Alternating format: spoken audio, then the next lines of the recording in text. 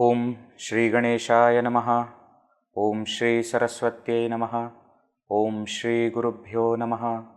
Samastajana Kalyane Niratam Karunamayam Namami Chinmayam Devam Sadgurum Brahmavidvaram. Om Neelambuja Shamala Komalangam Sita Samaropita Vamabhagam Panau Mahasayaka Charuchapam Namami Ramam Raghuvam Shanatham Atulita Baladhamam Hema Shailabhadeham Danujavana Krishanum Jnaninamagraganyam Sakala Gunanidhanam Vanaranam Raghupati Priya Bhaktam Vatajatam Namami. Hari Om to all. One request before we begin. Since it is an online session, I request everybody to please turn on your videos. Your audios can remain muted so that I can see you. I can understand whether you are getting the point. Should I explain more? Should I go to the next point? It is always good to see faces.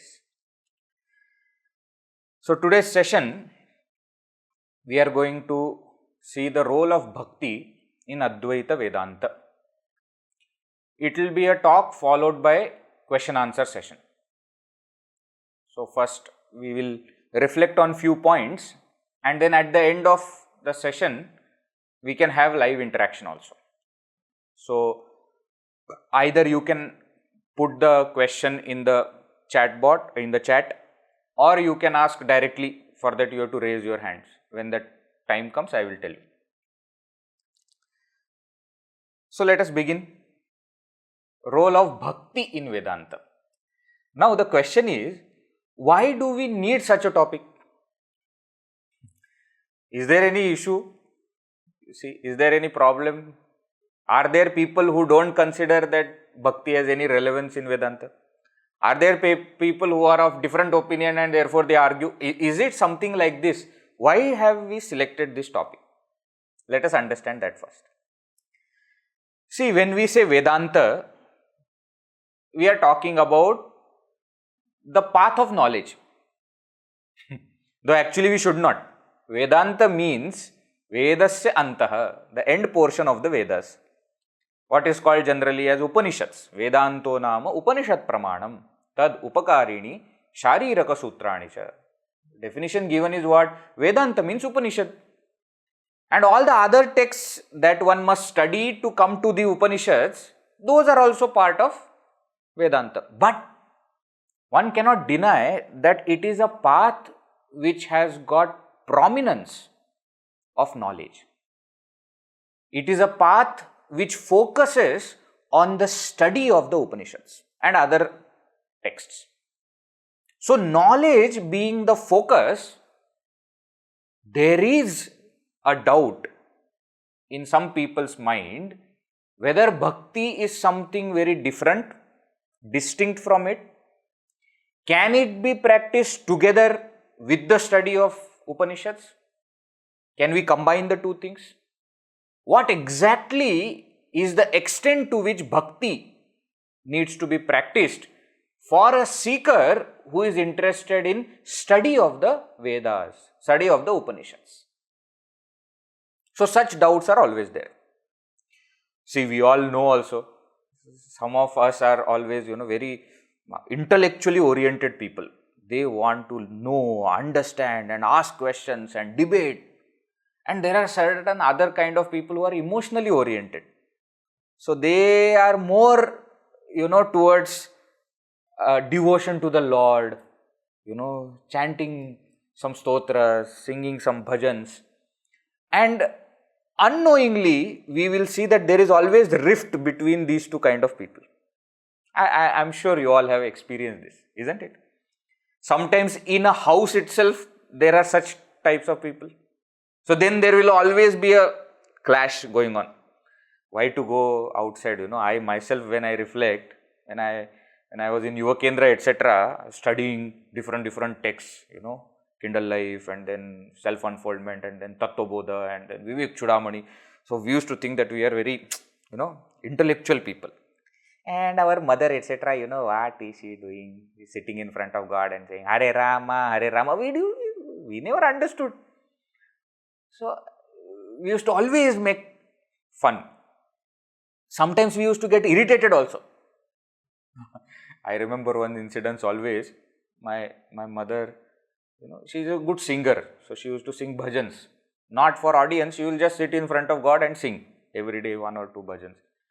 And one very favorite bhajan of Puja Guruji also is there. Bhagavan meri naiya, us par laga dena.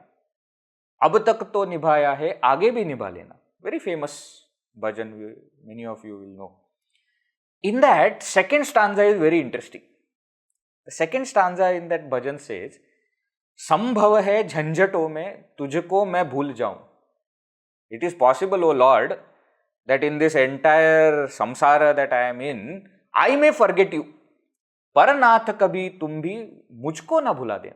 Oh Lord, but please you don't forget me. Now, whenever she used to sing this, I used to get very angry. And I used to say, so you will not do anything. You don't want to study and go and, deeply study, take notes. Nothing you want to do. But you want Bhagavan to take care of you. Very good. You are clearly saying, I won't do anything, I will forget you, but you don't forget me. So, always a rift. Okay. So, there is, of course, my mother used to say that you won't understand now. There will come a time when you understand. And there came a time when I understood. Okay. What is the meaning? We will come to that later, but the point is what? There always is this little bit of clash going on. Many of the people who are following the path of knowledge think that devotion is a superstition. Nothing happens by devotion. And that's how they consider themselves to be intellectuals. And they will ask question, who is God? Where is God? Why should you have devotion for God? Why should we go to temple? Why should we chant His name? They will ask 100 questions. Why? Not understanding what exactly is this bhakti. Now, please understand that those who have this kind of conflict, okay, I just told conflict from one side. There is a conflict from other side also. The person who is a devotee or who thinks is a devotee will say, what these people, all the time study.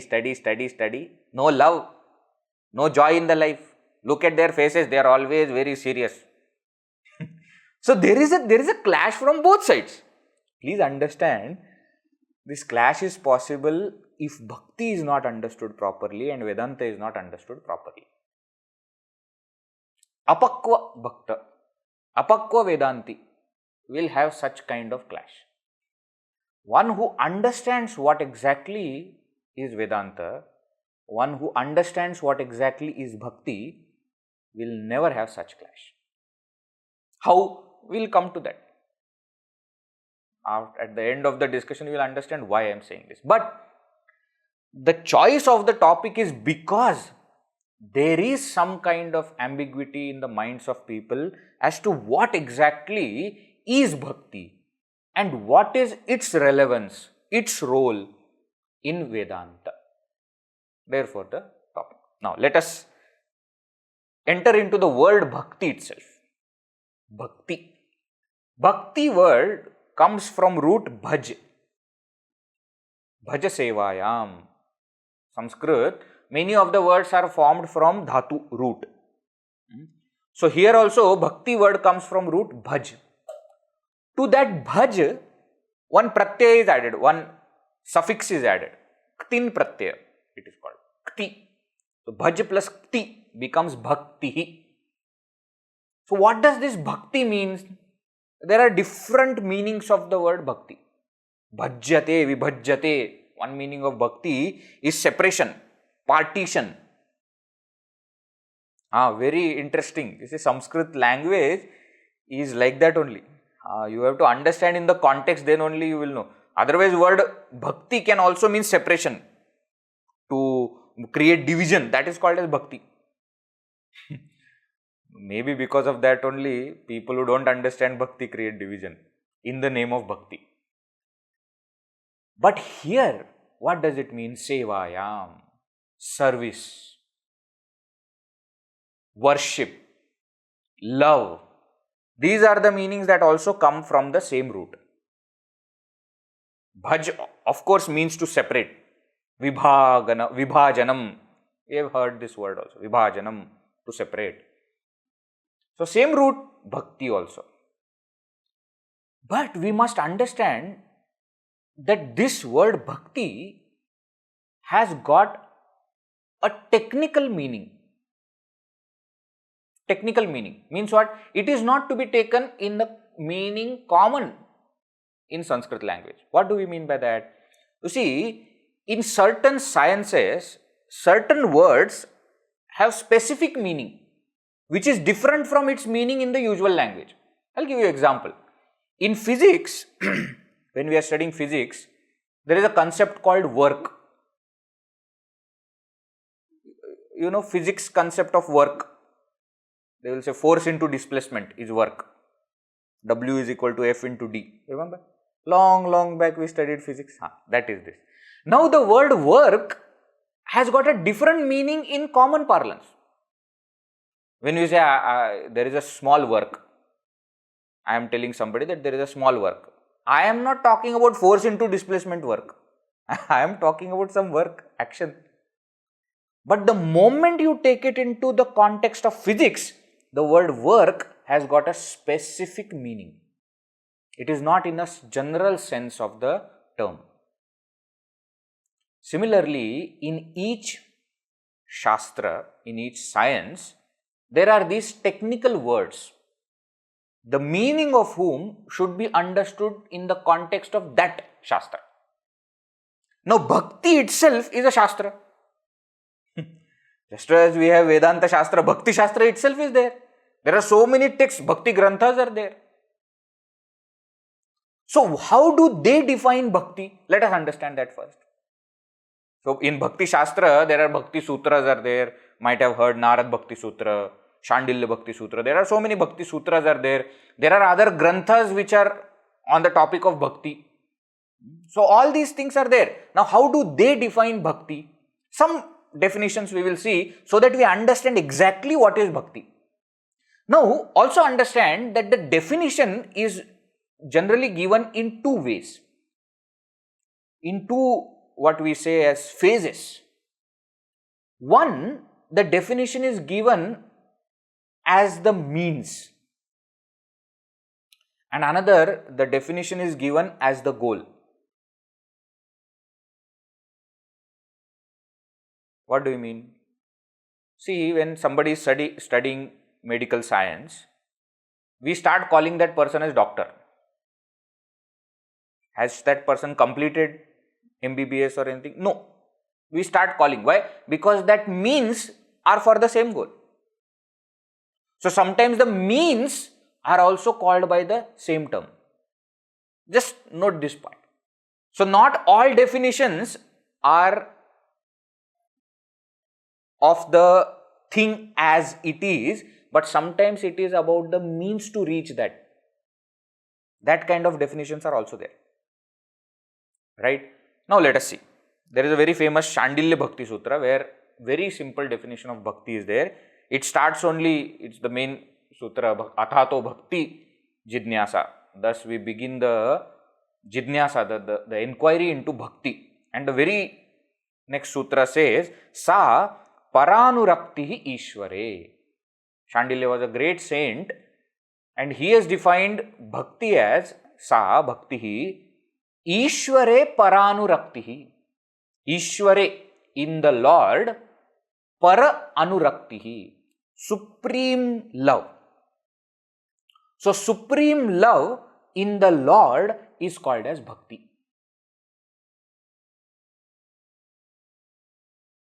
So, now you see, the word Bhakti in Sanskrit may mean many things.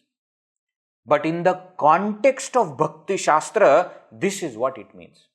Bhakti means supreme love, what we call as devotion in the Lord. Right? And that's how we also understand the word bhakti. The moment we hear the word bhakti, first meaning that comes to our mind is devotion. So from Bhakti Shastra's point of view only, we have understood the word bhakti. That's good. Now there are other definitions also. In Narad Bhakti Sutra, different definitions of bhakti are discussed by different saints. Veda Vyasji is Parashara Rishi, Parashara's son, Parashara. So he has defined bhakti as what? Pujadishu anuragaha iti Parasharyaha. Pujadishu anuragaha. A close kind of attachment in puja, etc. Puja, worship, how we do. So in bhakti sadhanas, to have that love for doing those bhakti sadhanas is what is called as bhakti according to Vedavyasa. Now here if you see, the definition is given from the standpoint of the means. So there is a definition from the standpoint of the means. There is a definition from its own standpoint, from its swarupa, just like Ishvare Paranuraktihi. And there will also be a definition from the standpoint of the goal, the acme of that concept. That also is another kind of definition which will come.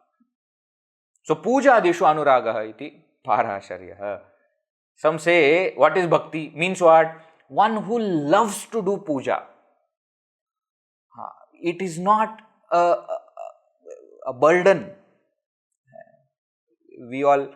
Many of us feel it as burden. Every day morning we have to do puja. Then we say, आज मैंने पूजा कर डाली. हो गया. करके डाल दी एक बार. हो गया. We take it as one of the activities of the day. So somehow we finish. But there are certain people who just love to do puja. They and Bhagavan, they enjoy. Some people love to do japa like that. The moment there is nothing else to do, they will go back and start doing japa. They enjoy. Some people love to do kirtan, etc. How you go to rural India, you will see. Whole day they will work in field. But full night they will do kirtan in the temple. I don't know how they get that strength to do it. So generally we will feel that, oh, I have worked so much, let me go and sleep. No, for them, the way of their, what we say, rejuvenation is this. They do kirtan. They come there and they sing. Some people love it. Now that is also called as devotion. This is not love in the Lord. That of course is there. This is love in those sadhanas, those means also which are taking me to the Lord. Puja dishu anuraga. Then there is another Garga Maharshi who says, Katha dishu anuraga. He says there are other kind of people also. What? They want to listen to the stories of Bhagavan and tell the stories of Bhagavan. Bhagavatam, Mahabharata, Ramayana, again and again they want to listen. They are never tired. But you have heard it so many times, so what? It is Lord's stories. It is, every moment it is so delightful. So I want to listen to it again and again. That is also devotion. All this is devotion, okay? You cannot keep that a kind of structure and say, okay, this only is devotion. No, you cannot. It's a broad term. It's got different meanings. Now, Naradji himself, who is known for his bhakti, has written in the Bhakti Sutras, and there he himself defines bhakti in a very, very beautiful way. Different definitions of bhakti are given in the same text. But the first definition that is given is Satu Asmin Parama Prema Rupa. Asmin, in him, in that Lord. It can be Lord, it can be Bhagavan or Bhagavati Devi, or it can be Guru. In that higher Parama Prema Rupa, of the nature of supreme love. This is very much in line with the Shandilya Bhakti Sutra. Ishvare Paranuraktihi. Similarly here, Asmin Parama Prema Rupa. But he doesn't stop there. he says Amrita Swarupacha. It is of the nature of immortality. What does he mean by that? We'll come to that later. But that is how he defines. And further, in the same text, he says, Naradastu tadarpita akhila acharata tad vismarane paramavyakulata iti bhakti. He says, what is devotion? Tad arpita akhila acharata. Dedicating all our activities to that Lord. Carefully see. Tad here means that Lord. Arpita, offered, dedicated. Akhila, entire, all. Acharata, all our actions. Dedicating all our actions to the Lord. Tad vismarane, and for a moment when I forget that Lord, paramavyakulata iti. Extreme sorrow, pang, pain on forgetting the Lord. Okay, that is bhakti. That's how he says. Too much.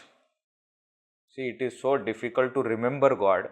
And what is said here is, if you forget that God for a moment, you should feel that pang. They will define it as though the fish is out of water. How desperately, you must have seen how that fish tries to go back to the water. Like that, the mind should want to go back to that Lord. That kind of mind is called as bhakti. Naradji continues by saying, Yatha vraja gopikanam. Just like the gopikas of Vrindavan. What they used to do, their entire action will be dedicated to Krishna. So, morning, they will know what time Krishna wakes up. Before he wakes up, they will finish all the work of the home so that they can go there and see. They will not do anything or talk to him. He is a baby. They just want to see. It is said in Bhagavad, Pavam Yashoda has to make sure, because so many, all the gopikas will be there around on the fence. Why? Because Yashoda says nothing, nobody will come inside. See, nowadays, these Bollywood actors, heroines, whom we call heroes, etc. Around their house, such crowd is there. I don't know why, but it is there.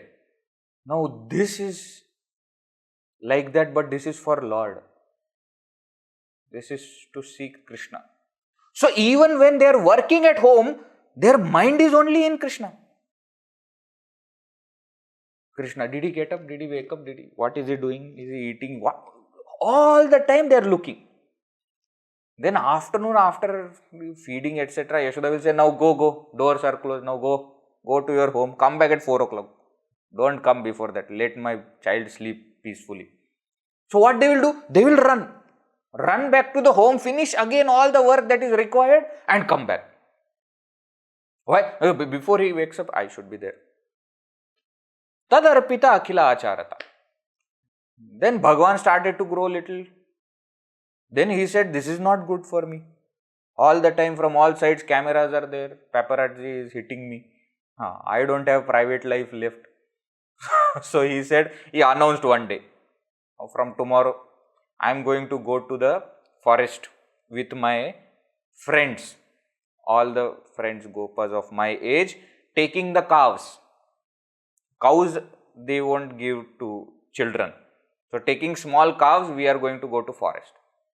It is said gopikas felt as though somebody has told them to commit suicide. So much pained. And when next day when he is going, they just kept looking at Krishna and all the gopas are going and they kept looking in the forest. And it is said that by the time Krishna returned, they were just there. Why? Because they said something has gone. As though pranas have been taken out of the gopikas. That's what they felt. Tad vismarane paramavyakulata.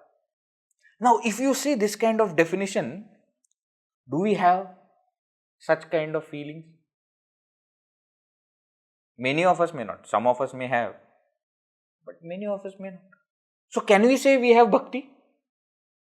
You see, but this kind of definition is from a very high standpoint. It's a kind of goal. This is where we have to reach. We do offer, dedicate our actions to God, but do we offer all our actions to God? No, it is a kind of goal. So this is a kind of definition which is explained from where we have to reach in devotion. But looking at all these definitions, one thing that comes clearly in front of us is what? Devotion means that supreme pure love for the Lord without any expectations, without any conditions. I will love you if you do like this. That unconditional love. Gurudev used to define this devotion in a very interesting way. He used to say, what is devotion? Devotion is love. Love is devotion. Devotion is love. He says, but there is a difference. What is the difference? Devotion is love for something higher. Gurudev will have his examples also. You can say you are devoted to your wife, but you cannot say you are devoted to your dog. And if you say both in one sentence, you will get nice beating from wife. You see, I love my wife, I love dog, is okay. I am devoted to wife, is okay. I cannot say I am devoted to dog. He says, I love my chappal, the footwear that I am wearing, but I cannot say that I am devoted to my footwear. So though we say that devotion is love and love is devotion, but there is a slight difference. Love for something higher is called as devotion. And therefore, higher love for something higher is called as higher devotion. So, Naradji, how he is explaining is the supreme devotion, final acme. That is where we have to reach. This is what is bhakti. Please understand. Now, the moment we see all these definitions, one thing we understand is there is no action which can be termed bhakti. You cannot say, I am doing this action, therefore I am doing bhakti. No. Because it is not about the action. It is about your intention, your feeling behind the action. That is what is important. Not the action, but with what feeling you are performing that action. That feeling will define whether it is devotion or not. That bhava is important. So, bhakti is bhavana pradhana. Bhakti is bhavana pradhana. Bhavana pradhana means the predominance is to the feeling of love. Now, the moment that feeling is there, actions will automatically be there. Example, mother has feeling for the children. Now, automatically actions will be there. What do you mean? She will make sure that everything that the child wants is given to the child. Before the child wakes up, will keep everything ready. Will wake up the child, then a bath, and then this and that, then food. A housewife has love for the family, the actions will become natural. If I have love for the work that I am doing, for the company that I am serving, my actions will automatically be like that. I will go in time. I will not waste the resources of the company. It will automatically happen. So, an action cannot define whether it is devotion or not. The feeling behind is what defines devotion. Now, that feeling of love for something higher is what is called as devotion. Is it clear? Now, many times this bhakti is misunderstood to be bhakti sadhana. Devotion is misunderstood to be means of devotion. What do we mean? Just right now we said that an action cannot say that it is bhakti. But sometimes what happens is, certain actions we start calling them to be bhakti. Like for example, puja, japa, kirtana. We start calling these actions to be bhakti. So if I am doing these actions, I am a devotee. But please understand, that is not what is actually devotion. It is the feeling behind that action that is devotion. So bhakti marga, bhakti yoga, these terms when we hear, we must understand that it is the path, the means to devotion. What do you mean path or means to devotion? See, I should have that devotion for the Lord. What kind of devotion? How Naradji explained. Where all the actions are dedicated to the Lord. Where I feel a strong pain when I forget the Lord. Now to reach this level, there are steps. That is what is called as bhakti marga or bhakti sadhana. Now when we are speaking of this bhakti marga or bhakti sadhana, please understand that it is a completely distinct path from Vedanta. We have to see role of bhakti in Vedanta, isn't it? So as a path, it is different. So what is the path of devotion? What is bhakti yoga or bhakti marga? So different ways that path can be explained. Raman Maharshi explains it in a very simple way. He says, Pujanam japas chintanam kramat in Upadesh Sara. He says, what is bhakti? It is simple. What? Pujanam japaha chintanam kramat. You do these three things in order, you will be able to reach that state of devotion. Puja first, then japa, then chintana. So the sadhanas are becoming subtler and subtler. Puja is where all your body, all your senses, everything is working. So it is easy to concentrate. You are chanting certain mantras, with the hand you are doing certain actions. So easy to focus. Now what? When you do puja, your mind becomes little quiet. Now you remove that support of physical things. You close your eyes and start chanting japa, the name of the Lord. Om Namah Shivaya, Om Namah Shivaya. Now physical body is no more functioning, only the speech is there. But the focus is still on the Lord. Then you take away that support also of the speech and you do chintana. Chintana, dhyana. Meditate on the Lord. Meditate on the form of the Lord, on the stories of the Lord, on the qualities of the Lord, on the nature of the Lord. That is called as chintana. So this is one way of understanding bhakti marga, bhakti yoga. Pujanam japaha chintanam kramat. Another way is as given in Srimad Bhagavatam. They speak of Navadha Bhakti, the 9 steps to devotion. Shravanam, Kirtanam, Vishnu, Smaranam, Pada Sevanam, Archanam, Vandanam, Dasyam, Sakhyam, Atmanivedanam. So elaborately explained. Starts with Shravanam. Listen to the stories of the Lord. Listen to the glory of the Lord. Why? Because only when you listen, you will have love. If you don't know who is God, how can you love God?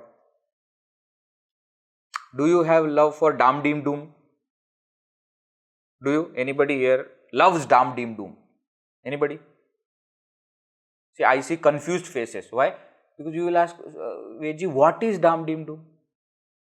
If you tell me what is Dam Dim Doom, then I can decide whether I have love for it or not. Exactly my point. If you don't know, you cannot love. So if you want to love God, you need to first know that Lord. Who is that Lord? What is His nature? What are the stories? What are the sports, leelas that He has? So first get to know Him. You see, in common parlance also in our life, when we say special love is there, no? We fall in love. Very apt expression, falling in love. Gurudev used to say, correct only, you fall. You were better before, but then you fell in love. Now no more you are behaving how you are actually. You will behave very crazy and strangely. Even there, if you see, love starts with knowledge. Both start to interact and getting to know each other. Then only love is there. If I don't know that person, how can I love? So here also in devotion, in bhakti, we say first shravanam, first to listen to the glories of the Lord. Then kirtanam, then start singing the glories of the Lord. And it goes on and on. See, our topic is not to discuss bhakti sadhana. So I am not going to explain each step, etc. But the point is what? These are the steps to reach that devotion. What is that devotion? That love. Where all my actions are dedicated to the Lord and I feel pain when I have that feeling of separation or forgetfulness of the Lord. So to reach that, these are all the means given. Now please understand that these means are very different from the Vedanta or Jnana Marga or Jnana Yoga. Why? Because in Jnana Yoga also Shravana Manana is there, Nidhyasana is there, but it is not of the Lord. You are not listening to the stories of the Lord in Vedanta. You are listening to the Vedantic truth, Vedantic knowledge, the knowledge of Brahmatmaikya. That is the Vishaya, that is the main subject there. So as the path, these are two distinct paths. Please remember this. But as the goal, they are one and the same. What do you mean by as the goal they are one and the same? What is love? What is love? Swamiji? Love is love. No. Just think a little bit. If I ask you to define love, how will you define love? Think. Again, you will see that you cannot call any action as love. I am not talking about devotion. Devotion is a different thing. Keep that aside for some time. Love also, when I say, suppose I say I love someone or I love something. What do I mean? What do you mean I love my mother, suppose, let us say, or I love my children, or I love my wife, or I love my car. When I say these things, what do I mean? What exactly is that love? Think. So you will say, that feeling. Okay, feeling. I care for that person. That is the effect of love. I want that person to be happy. That is also effect of love. Effect means that's the result of love. Because you love, therefore you care for that person. Because you love, therefore you want that person to be happy. What exactly is that love?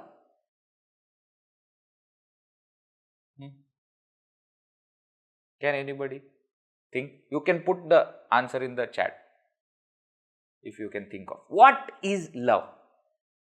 It is a feeling, understood, accepted, 100%, no doubt. What exactly is love?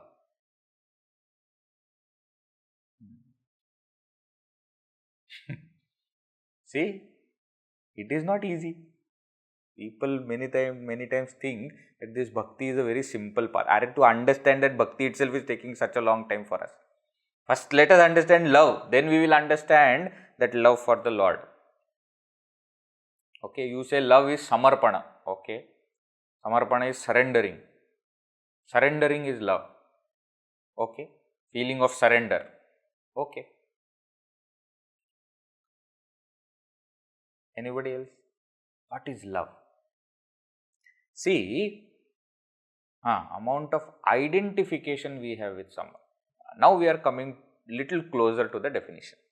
Amount of identification, seeing oneself in the other. Now we are coming towards the correct meaning. What do you mean by that? I love someone. First step is I think that it is mine. That's the first step.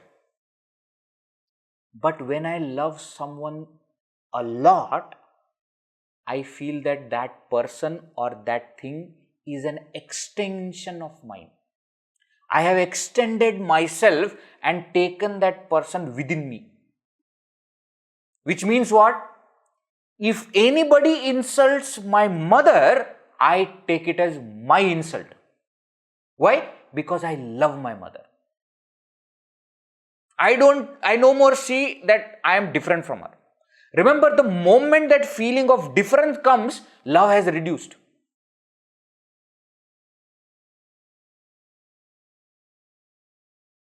Scratch on the car, I feel that it is scratch on me. Why? That much identification is there. So love is actually identification. Identification means what? Feeling of oneness. That I feel that me and person or the thing that I love are one. Now the moment this kind of thing happens, remember the rules are totally different now. Rules are totally different. Suppose while talking, I am moving my hands and by mistake my finger goes in my eye. What happens? Nothing happens. I continue. See, eyes got pain because the finger entered. But you don't say, finger, how dare you enter into eye? For this action of yours, you should be cut. Nothing like that. Gurudev used to explain this very beautifully. He used to say, when one finger goes into eye by mistake, remaining 4 fingers create a committee and go to the eye and say, sorry, I didn't mean to go, but by mistake it happened. Why? Because I have identification with both. Finger and eye, I don't consider to be different. Why? This is also me, this is also me. But suppose it is somebody's finger by mistake entered into your eye, then suddenly anger. Justice! I should get justice. What justice? That finger should be cut. Why? Because you don't have a feeling of identification with that person's finger. You see? The child kicks mother in the womb. So, mother gets angry. Mother loves. Somebody else kicks you. You can't even imagine. Why? Because there is no feeling of identification. There is no love.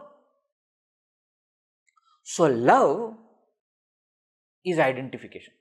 Is oneness. Feeling of oneness. Now remember, devotion is what?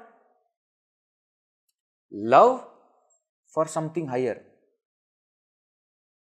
So what devotion will mean?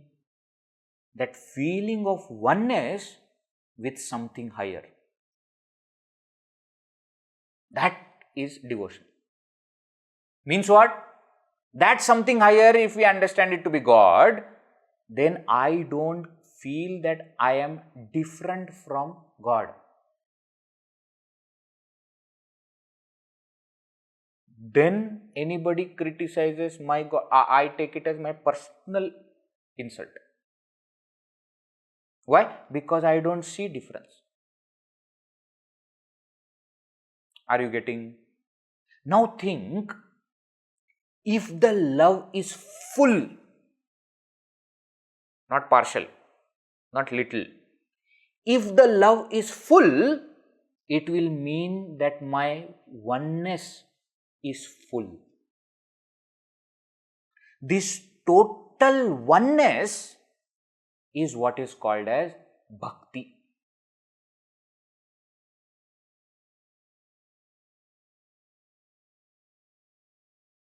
Now we know what is Vedanta teaching. Vedanta is telling us that you are one with that Supreme. Tat Tvamasi. You are that. There is no difference. That's why we say Advaita Vedanta. There is no distinction. You are what you seek. There is oneness. There is no so if we understand in this context, then immediately everything will become clear. Why? Because then our topic is Bhakti in Vedanta, but then we will understand Bhakti is Vedanta. Why? Because Bhakti means oneness. Vedanta also tells Advaita means oneness. Understand? So anybody who says that they are different, they are not different. A true Bhakta is a Jnani, and a true Jnani is always a Bhakta. Why? Because the Jnani has understood oneness with the Supreme, and that is what is Bhakta's understanding also.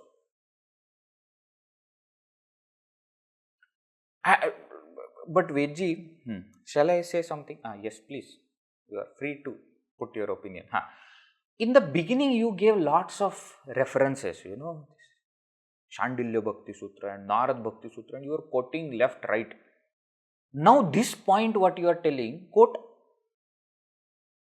let that also be proved by Shastra only. Because whatever analysis you have done, I think it is your brain working. No. That is also there in the Shastra. We have a beautiful text called Vivekachudamani written by Shankaracharya, one of the main Prakarana Granthas of Vedanta. After defining Sadhana Chatushtaya, after defining what is Viveka, Vairagya, Shama, Dhamma, Uparama, Titiksha, Shraddha, Samadhan, Mumukshutva, etc., Shankaracharya says, Moksha Karana Samagryam Bhaktireva Gariyasi. Among all the means for liberation, liberation is the goal in Vedanta, where the total oneness is experienced. To reach that, among all the samagri, among all the means, the best means is Bhakti. And then he goes on to define Bhakti. He says, Swaswarupa Anusandhanam Bhakti. Swa, one's own. Swarupa, nature. Anusandhanam, constant awareness.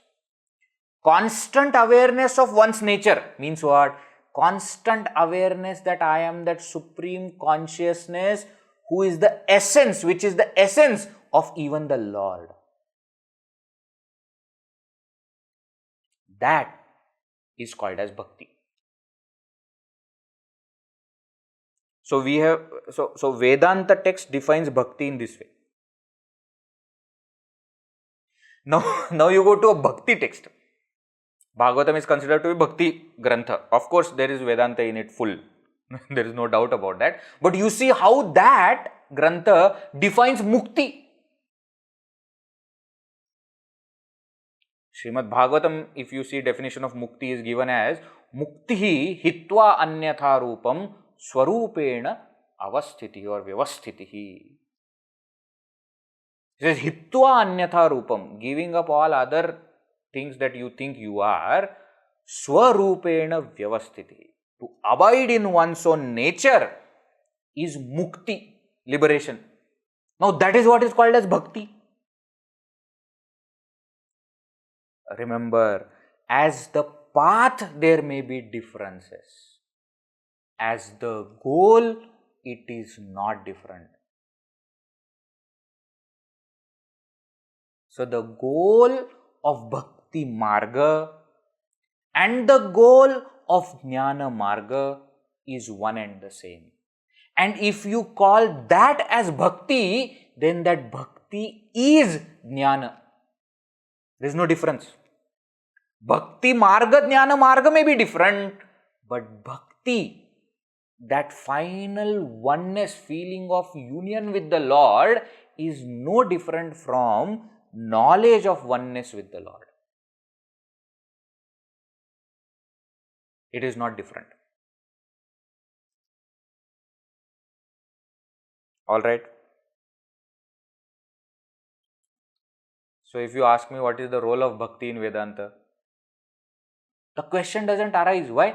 Bhakti is Vedanta. So when we say role of Bhakti in Vedanta, we are actually talking about role of Bhakti sadhanas in Vedanta. Why? Because you cannot ask role of Bhakti in Vedanta. Bhakti is everything. In Vedanta, Vedanta means Upanishad.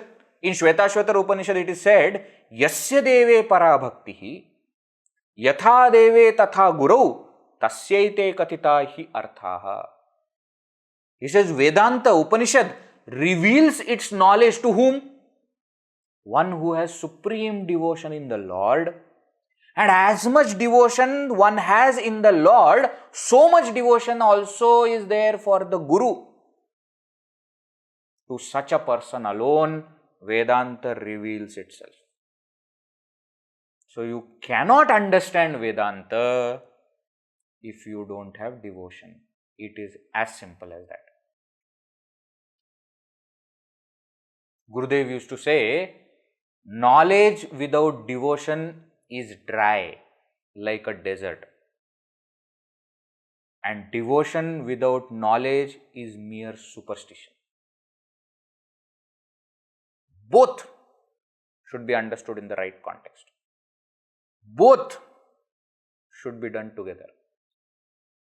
So when we say role of Bhakti sadhanas in Vedanta, now there is an important thing that we need to understand.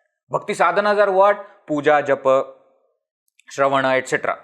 Listening to the stories of the Lord, etc. Now what is their role in Vedanta? So in Vedanta we say, we need to have chitta shuddhi and chitta ekagrata in order to realize. Chitta shuddhi, chitta ekagrata is required. Chitta shuddhi, purity of mind. Chitta ekagrata, concentration of mind. When these two are there, then in such a mind, when Atma Jnana happens, when the self-knowledge takes place, that takes us to liberation.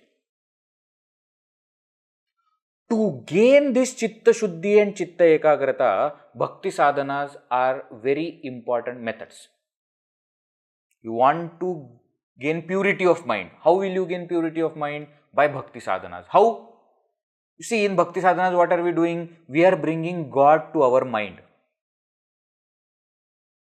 So what? So automatically the purification happens. When the Prime Minister is coming to my city, what happens? What happens? Immediately everything is clean, all the roads are made nice. Automatically. It is not that Prime Minister has to come there and work. No. Just that visit of Prime Minister, everything all automatically. Similarly, you bring God to your mind, automatically the purification starts happening. Why? God is there. Mind is scared. Mind says God is there. Behave, okay? Don't worry, God is there. Mind does all kind of nonsense because it thinks that God is not seeing me. The moment mind understands that God is there, you bring God to mind, purification happens. Concentration also happens because the sadhanas are like that. In puja, in japa, what are you doing in japa? Again and again repeating the same mantra. That is for concentration. In chintana, what are you doing? You are focusing on the form of the Lord. So to gain chitta shuddhi and chitta ekagrata, bhakti sadhanas are very important. That is the role of bhakti sadhanas in Vedanta. They are called as Parampara sadhanas. Not direct means, Sakshat sadhana. Parampara sadhana in Vedanta. Sakshat sadhana is self-knowledge. Don't forget that also. Without knowledge, liberation is not possible. But to gain that knowledge, bhakti prepares. Bhakti sadhanas prepare us. Okay. And thus, when we say we have bhakti movement, we have so many saints, bhaktas, etc. in the past, we will see in their life that devotion was prominent, because of which they got such purity of mind that a fraction of second knowledge comes and that's it, they are liberated. Nothing more is required. Right? Now, let us understand one more thing and then we can open for questions. The moment we hear the word bhakti, some people connect it with Dvaita Vedanta or Vishishta Advaita Vedanta. What do we mean by that? Bhakti is considered to be duality, that there is God, there is me, and I am devoted to my God. And therefore, we will see in the past also bhakti movements which were there, many of them have been started by Dvaita Vedantis or Vishishta Advaita Vedantis or different kinds, where they still consider God to be different from them. But that's not the only bhakti. Bhakti in its truest, purest form is oneness only. There is absolutely no duality when it comes to bhakti. We have understood also bhakti means devotion, devotion means love. Love means oneness. Cannot have it different from you. For the sake of transaction, you can keep that thing different from you. But in your mind as feeling, the feeling of oneness alone is there. And this bhakti is much, much higher than the bhakti where you consider God to be different from you. Ramana Maharshi in Upadeshara says, Bheda Bhavanat Sohamityasau Bhavana Abhida Pavani Mata. Says Abhida Bhavana, where there is a Abheda, where you don't consider God and you to be different, that is Pavani, that is much more auspicious, much more greater than Bheda Bhavana, where you consider God to be different from you. We have a beautiful example, a story is there, anecdote is there. Once it is said that Bhagavan Sri Rama asked Hanumanji, what is relationship between you and me? What do you consider me? So, Hanumanji's answer is that of a bhakta and that of a jnani, because there is no difference between bhakta and jnani, we just saw. How did he answer? He said, Deha buddhya tu dasoham. Deha buddhya, if you take from the standpoint of the body, that you consider yourself to be body, I consider myself to be the body, then I am your servant.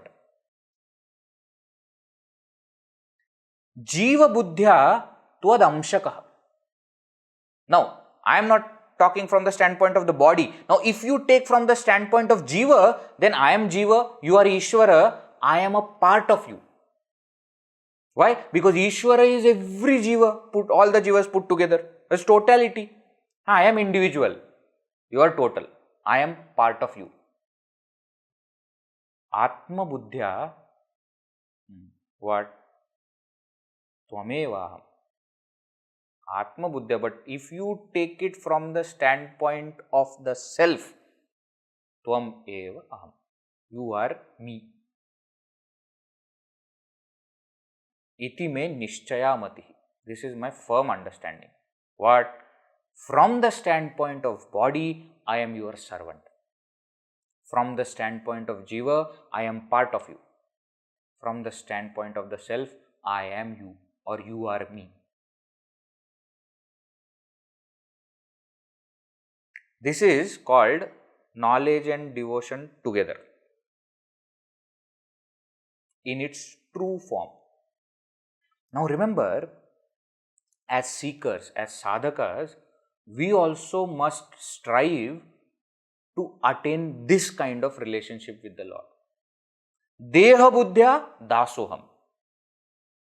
See, Deha buddhya don't say I am God. From tomorrow onwards. Just yesterday in Vedji's session, he said, I am God. There is no difference between me and God. Therefore, tomorrow onwards, everybody come and prostrate to me. Early morning when you get up, first thing that you should do is come and prostrate to me. Then you make 2 extra hands and put it. That's what that founder did. You remember? There was one king. When Sri Krishna was there in Dwaraka, he suddenly started to think that I am Krishna. And I am that Vasudeva, that Vishnu. So he created his Simhasana thorn, the crown in a shape of a snake. Why? Because Vishnu sleeps on Adishesha, no? So he also created. Then 2 plaster of Paris POP made hands also he created, and he attached it here to hold Shankha Chakra Gada Padma. And then he used to sleep like this and call everybody. Don't do like that. Deha buddhya tu dasoham.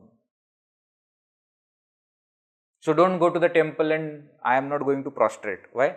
Same only. Hey. What is there to prostrate? Are Deha has gone to the temple, no? So let the Deha prostrate. What is your problem? So don't go to other extreme and misunderstand the whole concept. Jiva buddhya tvad amshakaha. So I am part, which means what? There is a role that I have in this God's world, which I have to play.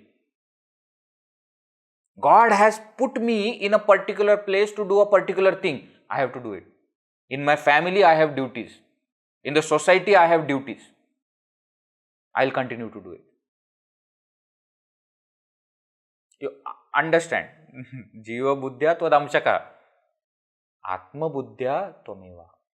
But in the essence, there is no distinction between me and the Lord. Why?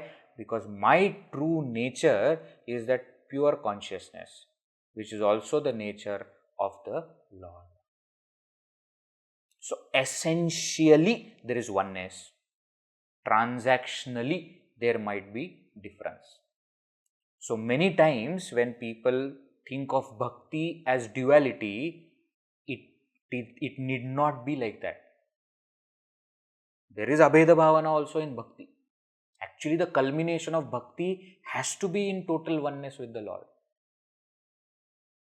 Right? So that is what is called as Advaita Vedanta. That is also meaning of bhakti only. We are not twisting the word. It is actually bhakti. Bhakti means love. Love means oneness. As simple as that. Right? So just wanted to clarify this point. Now we will open it to the audience for question. Then we will summarize and then we will conclude the session. I think from a Advaita perspective,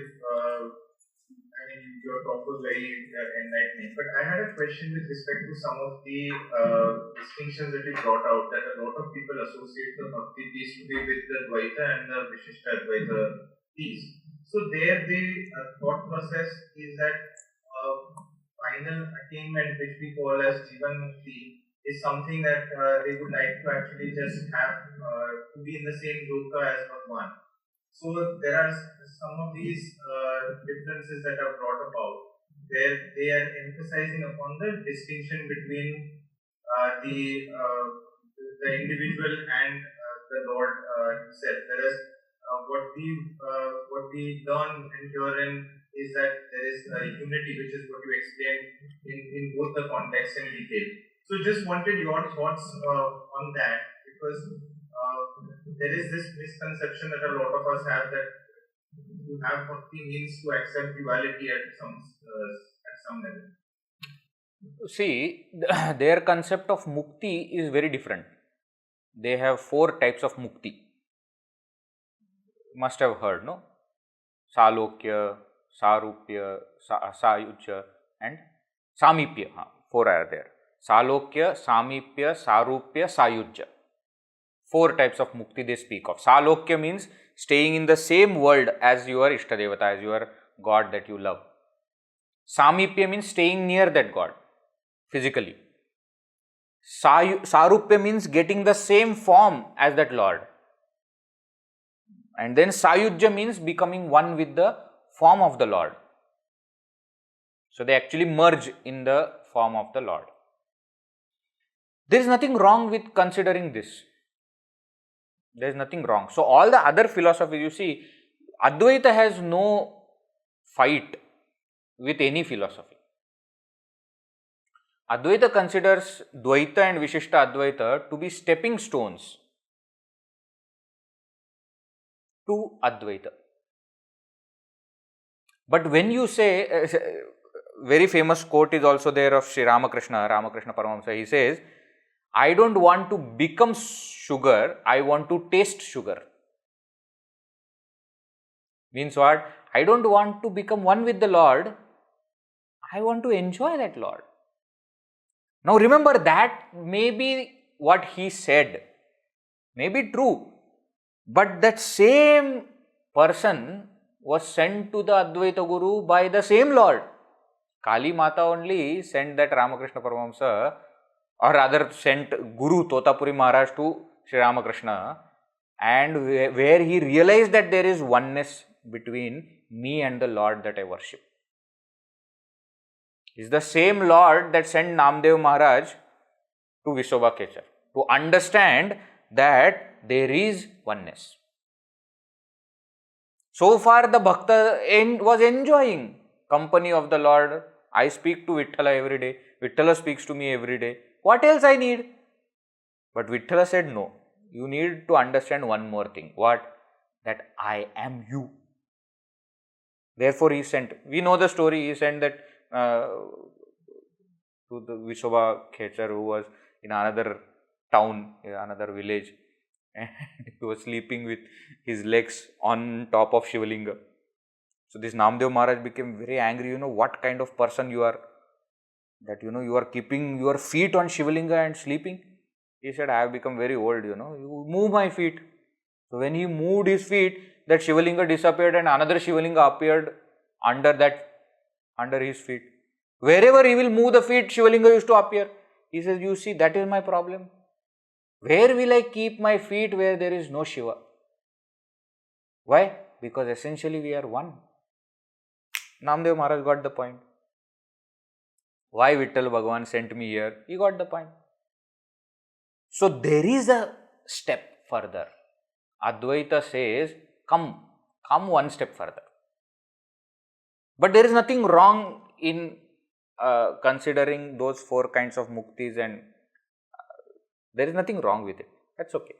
According to everybody's maturity and level of understanding, one has to progress. One question is there in the chat. Is Ishvara different from Brahman? Is oneness with Ishvara as the goal of Bhakti different than oneness with Brahman as the goal of Jnana Marga? One more factor which added to my doubt is Ishvara, even though Anadi, ends at the time of realization. Please clarify a little more on the difference, if any, between the two kinds of oneness. Alright.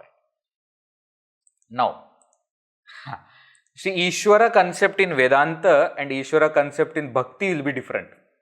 Now, because the question is from the standpoint of Advaita Vedanta, I will explain it in that context.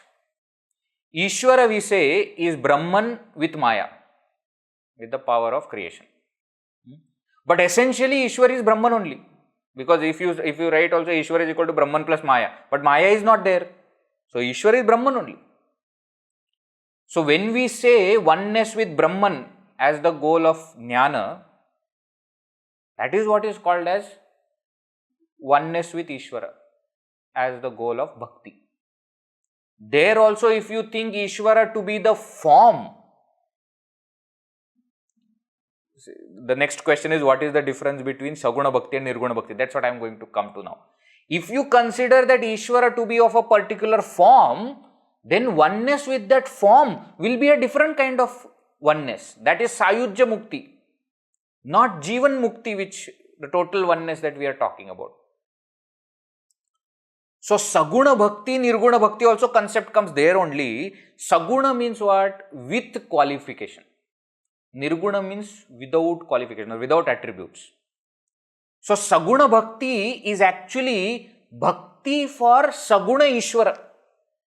If you consider Lord to be with form, then devotion towards that form of the Lord is called as Saguna Bhakti. Whereas Nirguna Bhakti means what? There is no difference in the way love is, but Bhakti for Nirguna aspect of Ishvara, of the Lord. Nirguna aspect of the Lord is what? That Brahman, aspect of Brahman. So Nirguna Bhakti is Jnana.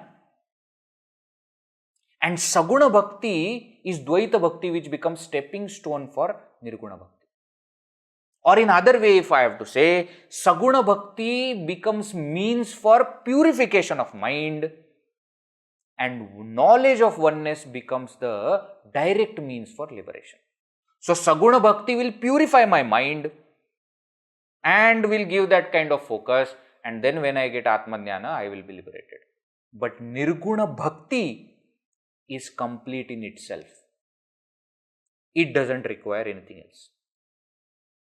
Why? Because Nirguna Bhakti is devotion for the Nirguna aspect of the Lord, which is the Brahman aspect, where oneness is natural. The total oneness is natural. You cannot have Nirguna Bhakti with duality. That is not possible. It's not possible. Somebody asked Gurudev once, from Chinmayananji once, is God with form or without form? Is God with form, Saguna, or without form, Nirguna? Gurudev said, it depends on what you consider yourself to be. Are you with form? If you think you are with form, then God is also with form. Then Saguna Bhakti is for you, do Saguna Bhakti. But if you consider yourself to be that consciousness which is not this body, which is without form, then God is also without form. Then Nirguna Bhakti. You cannot think of yourself to be this body, mind, intellect and have Nirguna Bhakti for the Lord. It is not possible. It's not possible. Why? Because that separation you cannot have in Nirguna. So, Ishvara is actually Brahman only. It's only when we look from this side, we think that Ishvara is something different from Brahman. From its own standpoint, if we see, it is Brahman only.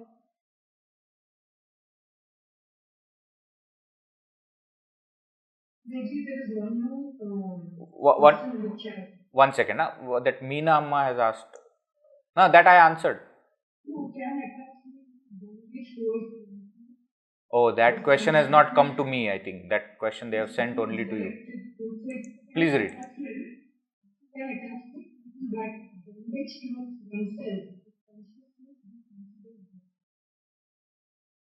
Can attachment?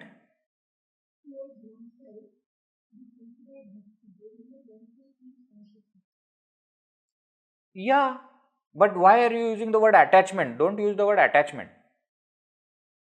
Love for consciousness, you can define as bhakti. That's okay.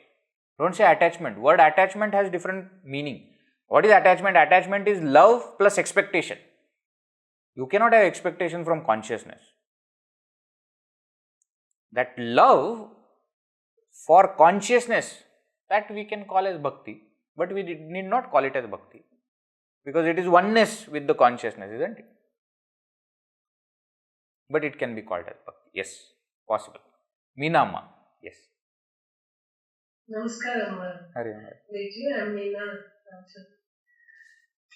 Now,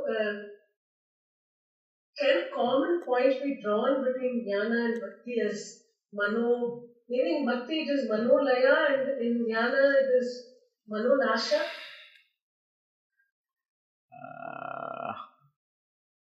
Not necessary. It can be manonasha and bhakti also. Yes.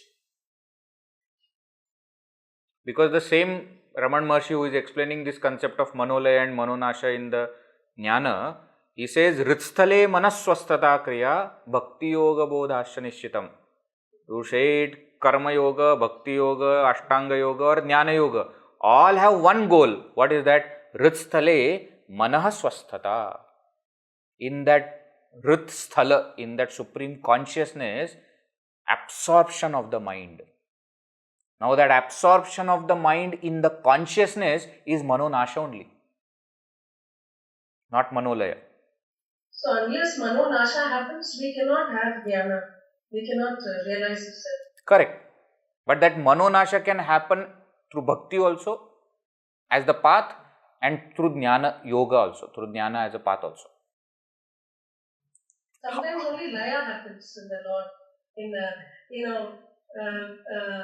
recollecting the glories of the Lord, singing. So that's Correct. only Laya, right? Yes. Why? It is also a good thing. Why? Because at least for that time your mind is in God. But what happens in that Layagatam Punarbhavati? When the mind has gone in Laya, it comes back to samsara. So there was a point of time when the mind was immersed in the Lord, but now the mind is immersed in the world also. So Manolaya is a good step, but it is not the final step. Manonasha has to happen. Yeah. I am just reading. Okay.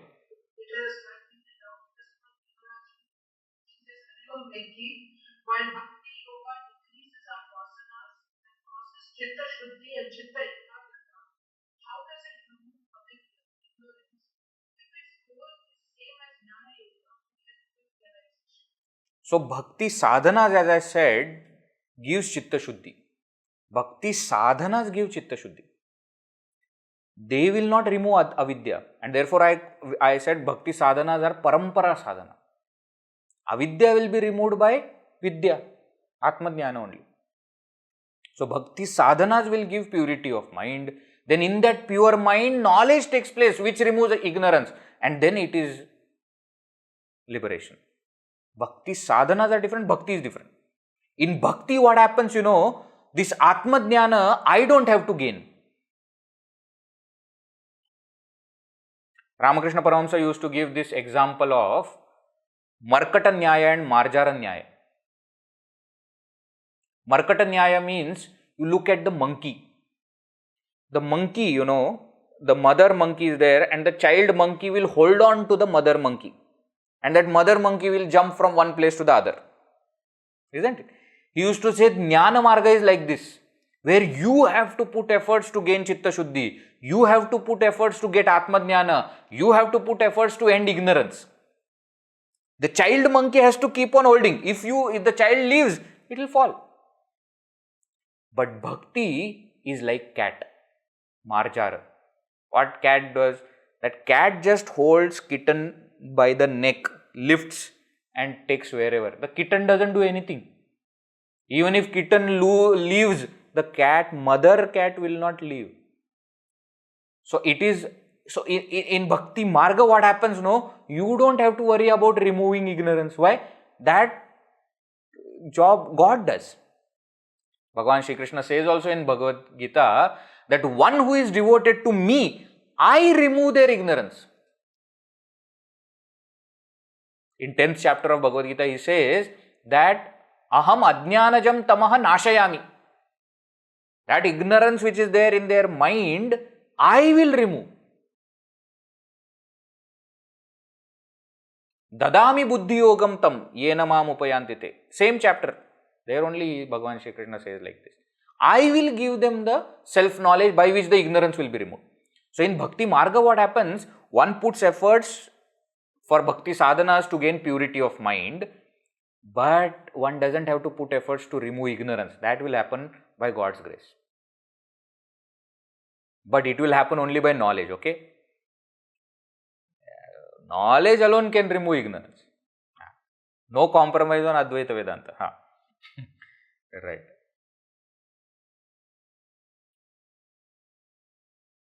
One question is there. Karma is for Chitta Shuddhi. Saguna Bhakti is also for Chitta Shuddhi. Karma Yoga gives Chitta Shuddhi. Yes, true. Bhakti Yoga gives Chitta Shuddhi and Chitta Ekagrata. Both. Why? Because Bhakti Yoga includes Puja, Japa, Chintana. So the mind is also becoming more and more focused. Okay? One way of answering. Second way of answering, Karma Yoga is nothing but Bhakti. Because what is Karma Yoga? Karma Yoga is dedicating actions to the Lord. Just now we defined Bhakti as Tadarpita Akila Acharata. The portion of Bhakti is what is called as Karma Yoga, which will give Chitta Shuddhi. The second question is also answered. Can Bhakti sadhanas lead to Jnana? If yes, then how does it happen? It happens by the grace of the Lord. You prepare yourself by Bhakti sadhanas, rest of the path is taken care by God. We also saw examples of Namdev Maharaj. No? God sent Namdev Maharaj to that Vishwabhakesar to get that knowledge. Another example of Ramakrishna Paramahamsa, he sent Guru to the Bhakta to give that knowledge of oneness. And sometimes Bhagavan doesn't have to do all these things. Sometimes Bhagavan himself comes inside us and just removes the ignorance. It doesn't have to come in a physical form also, no? So that is how Bhakti sadhana is done. Not only Bhakti sadhanas actually, Bhakti leads to moksha through Atmajnana, where the Atmajnana part is taken care by the Lord. See, interestingly, Bhaktas actually don't want mukti also. They say, oh, what will happen by mukti? Why? Even if you, oh Lord, even if you give me another birth, that's okay. Whatever you wish. Whatever you wish. They don't even have that wish, that desire to get liberated. Now the moment Bhakta says that, oh Lord, I have surrendered totally and you do whatever. You don't want to give me mukti also, I don't have any issue. The moment Bhakta says like this, Bhagavan becomes servant of that Bhakta. Why? Because now he has to take decisions for Bhakta, all the decisions. So Bhagavatam says that Bhagavan gives mukti to many, bhakti to few. Mukti, you want mukti? Take. You want? Take. The moment somebody says that I don't want mukti, I have you, why do I care about mukti? Then Bhagavan says, no, I have to think. Why? I have to test this person. Why? Because he is going to get bhakti. That is a rare thing. He doesn't give that bhakti to everyone.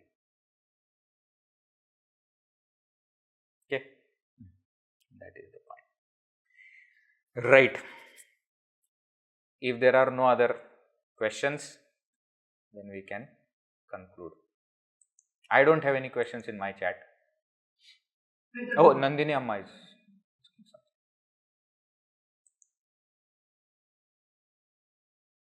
Hariom Veji. Hariom. Thank you for a wonderful, wonderful talk. I was reading Ramcharitmanas by Shankarananda, and there I came across many instances, of course, of Bharatji, Nishad Raj, and so on. But even Kagbhushan, when he was asked about what do you want, bhakti or mukti, he asked for bhakti at his feet, knowing that Bhagavan would give him, in the bhakti itself, mukti was included. Correct. When a bhakta, a true bhakta, says, I do not want mukti, I want only, aviral bhakti at your feet, is he saying the same thing? It is. Like Bharatji, Yes. when he says, I don't want the char, Correct. Shankara. He is saying the same thing. It is not that they don't want mukti. The point is they consider bhakti to be higher. And therefore, when they say, when I have this, oh, what will I do with mukti? In Sanskrit, there is a concept called Shate Panchashat. In the 100, 50 is included. When you are asking for 100, you don't have to ask for 50. That is included in that. So he says, when I have, even Hanumanji, no? When Bhagavan asked, do you want to come to Saket? He said, no. What will I do there? I want to be where your name is sung, your glory is sung. That is where I want to be. Isn't it? Now, interestingly, the Bhakta wants to be where Bhagavan's glory is sung. And where Bhagavan wants to stay? In the hearts of such devotees. That is the relationship. That's the beauty. Tukaram Maharaj also, what does he say? He says, Echi dana dega deva tuja visarana bhava. Bas. I don't want. Na lage mukti dhana sampada. Santa sanga dehi sada. I don't want mukti, I don't want sampada, I don't want all that. I just make sure that I don't forget you. I always remember you. Tuja visarana, may I not forget you. That is what they ask for. Because for them, that is higher than mukti. Mukti will come anyways. Yes. Om Purnamada Purnamidam Purnat Purnamudachyate Purnasya Purnamadaya Purnameva Vashishyate. Om Shanti Shanti Shanti. Hari Om Shri Gurubhyo Namaha. Hari Om. Hari Om. Thank you all. Hari Om.